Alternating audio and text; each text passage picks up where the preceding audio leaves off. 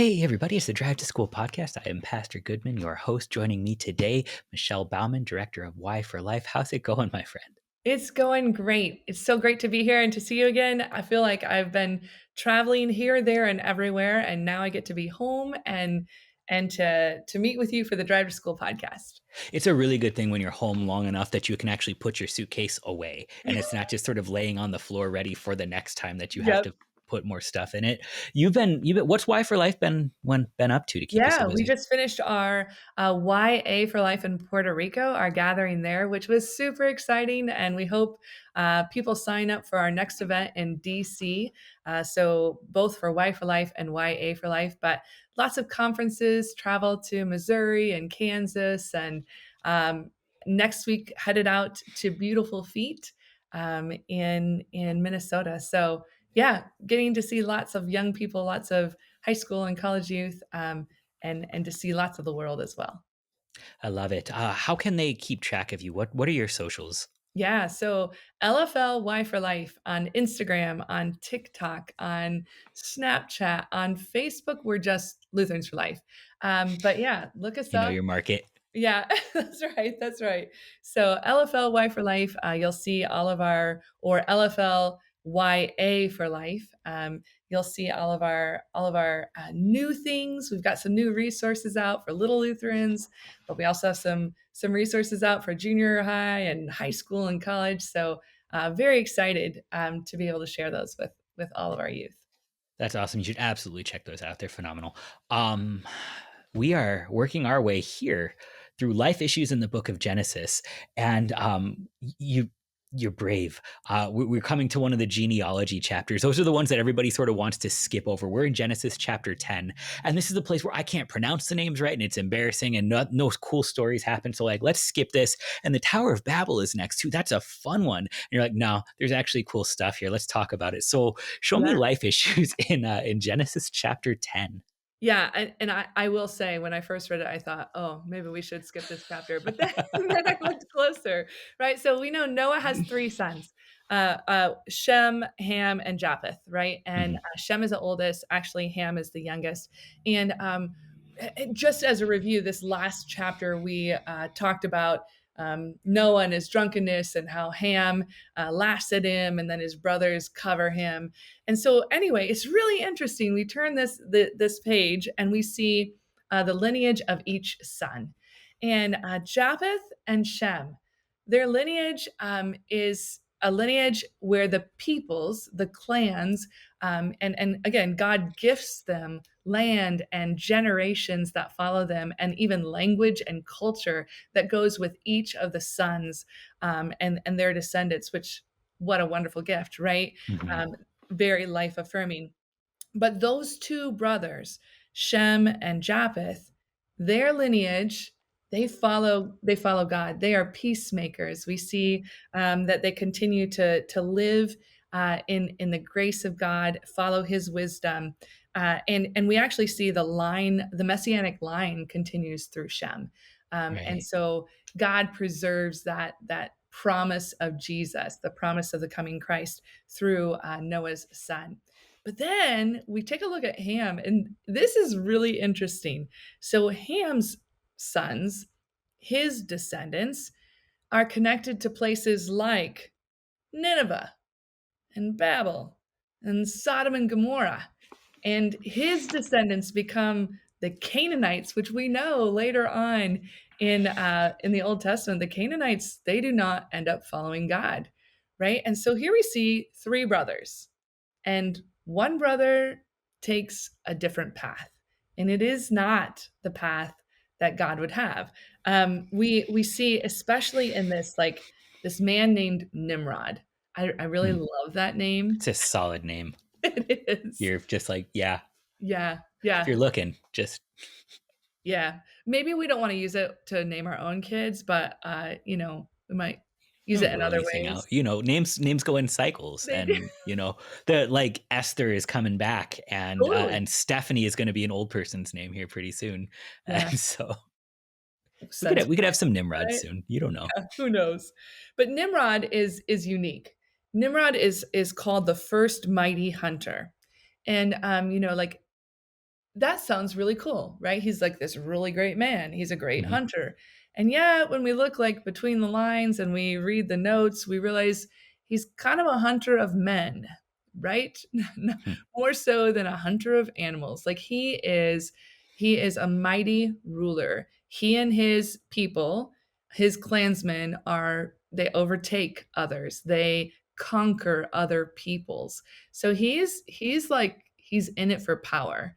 He is um, he is a man on a mission, and that mission is for his own might. Um, and he's the one who builds the city of Babel, which again we know is coming in the next chapter, and there are not so great things going on there. Sure. Um, so yeah, we see this like this hunting as a term that involves conquering others. So Mhm. not a peacekeeper, definitely not someone who lives in peace with others, but someone who conquers and takes to be his own. Some interesting stuff. There's a lot you can kind of unpack there. I mean, there's the bad and the good. And me being the pessimist, maybe we'll start with the bad.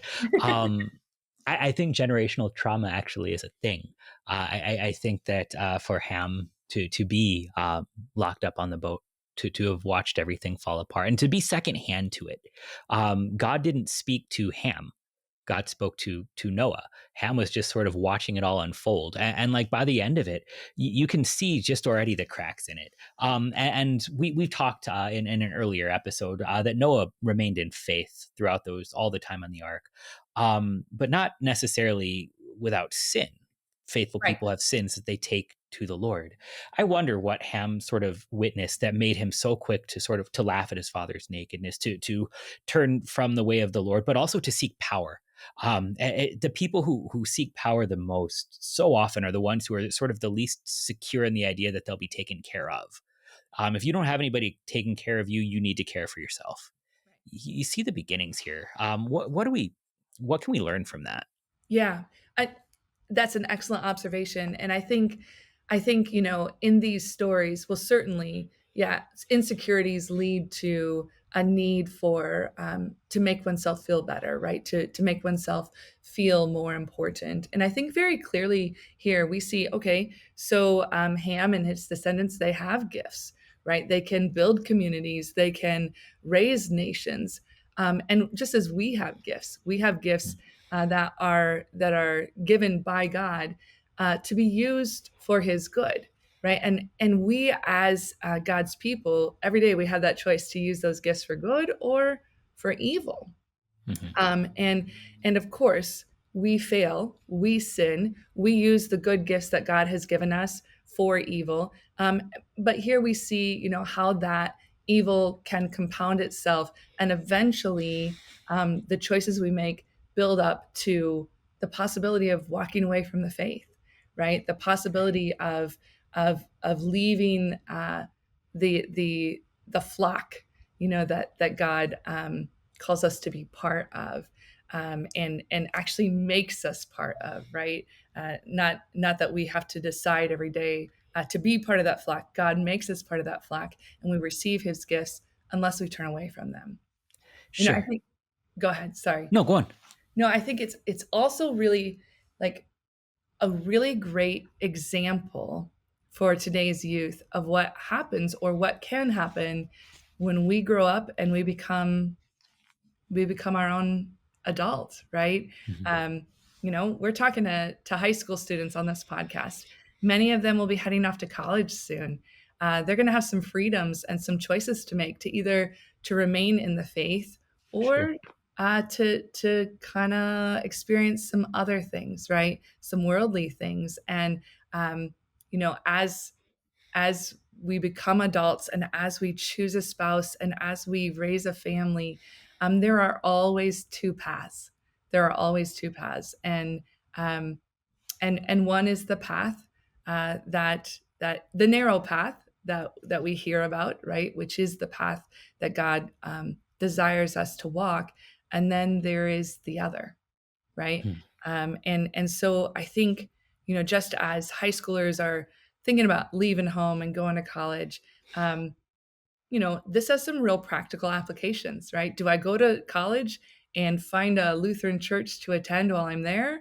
Or do I just choose to start making a new habit and sleep in on Sunday mornings, right? I mean, there's a lot of things that we, as we grow, Mhm. we own, right? We have to say, okay, this is something, this is where I want to remain, right? Right.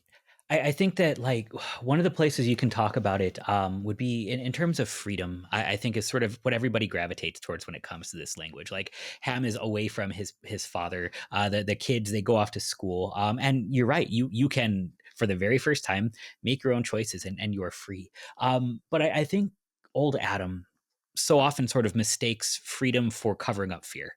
Um, how do we sort of run from the things we're afraid of? And you actually see it play out with Ham, who saw a lot of things and then sought power so that nothing ever would happen to him again. We'll touch on it with Babel coming up.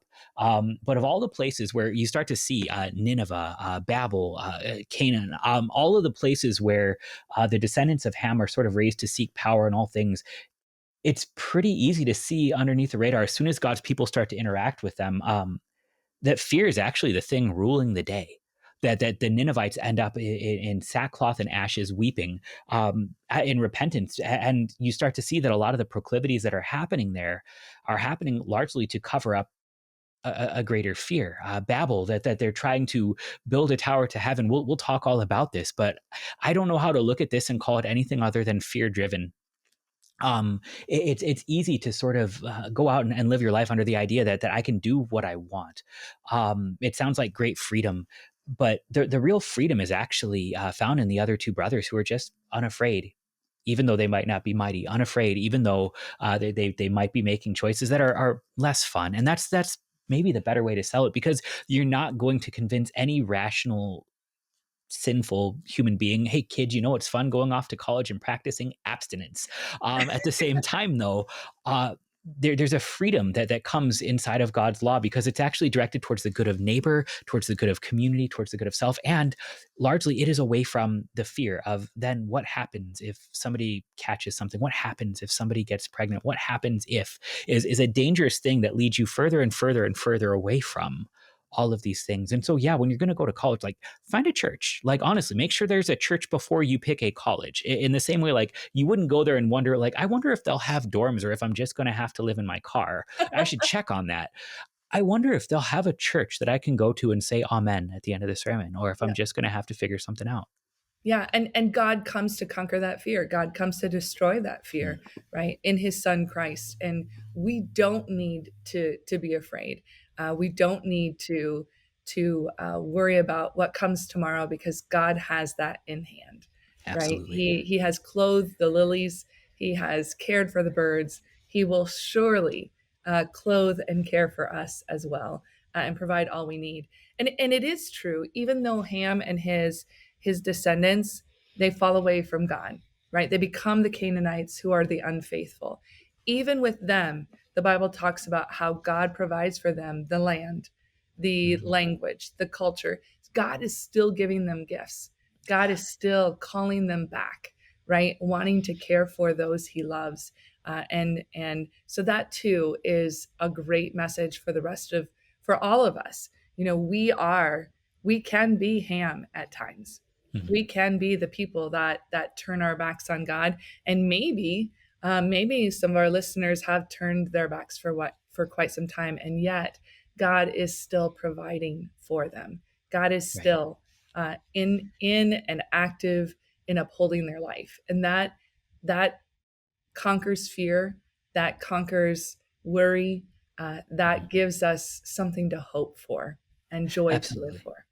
There's a reasoning behind it too, that God would make the sun to shine on both the good and the evil alike, as the Bible verse. It's because Jesus died for all. It's not Right. that Jesus died for some, it's that Jesus died for all. It also puts to bed any sort of idea that like this is sort of the beginning of a justified racism in the Bible, where you have people who are turning away from God. So the first, Jesus died for this whole people. Preachers were sent to them over and over again to call them to repentance. God be praised that there is sort of a great hope right now that whatever you have, you don't have to worry about deserving it. God gives it to you because he loves you, because he died for you. And so there is a way back, even if you catch yourself far down the other path. There, first and foremost, Jesus died for you. You are forgiven, you are loved, and you are welcome in the community of the godly, because Jesus has died for you. And it also is maybe just sort of a double chance, a second chance to look at what's going on around you and say, like, if it's going well, it's not a sign that God is happy, and if it's going bad, it's not a sign that God is mad. God was not pleased with the idea that Ham and his descendants would walk from the faith, but they still had many good things. It wasn't because they earned it; it's because Jesus died for them, because they are loved. Measuring how well your faith is flourishing based on how well your circumstances are going is a dangerous trick, usually of the devil. But rather, instead, we get to say, look to God's love, which is new every day, no matter be you a sinner or a righteous person, because God has made you righteous in the death and resurrection of his son. That's right. No matter things we have done or what the world has done to us, right? I Mm. think that's that message, the words you just spoke are so applicable right now as we are anticipating an election. And I know this will come out after an election. Who knows, right? God knows who will be our next president, our next vice president, right? But no matter what happens, God is here to bless. God is here to preserve. God is here to uphold, and He is already doing it. And we don't need to fear, because He is already there waiting to bless and to uphold us. Michelle, thanks so much. Thank you. Have a great day. You too.